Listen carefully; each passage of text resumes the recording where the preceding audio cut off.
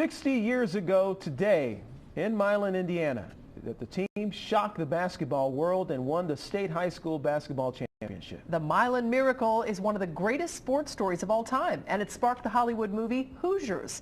And as Local 12's Joe Webb shows us, they're still celebrating and remembering that famous final shot. For the last 60 years, March 20th has meant a lot more than the beginning of spring in Milan, Indiana.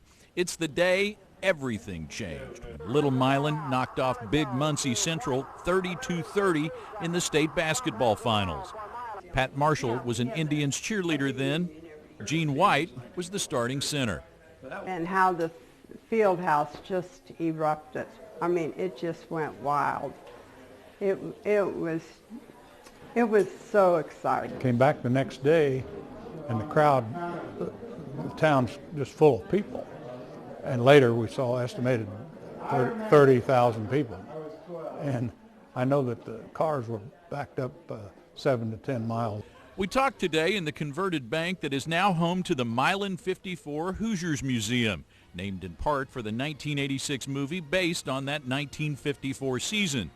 The movie Hoosiers often tops the list of best sports movies, and Milan's win is commonly referred to as the biggest sports story in Indiana history.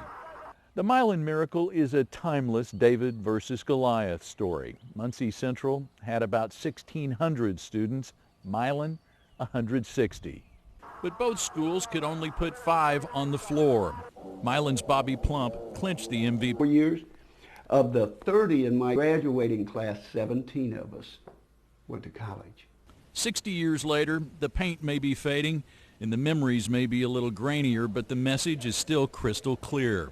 No matter how little you are, you can go big and go home a winner.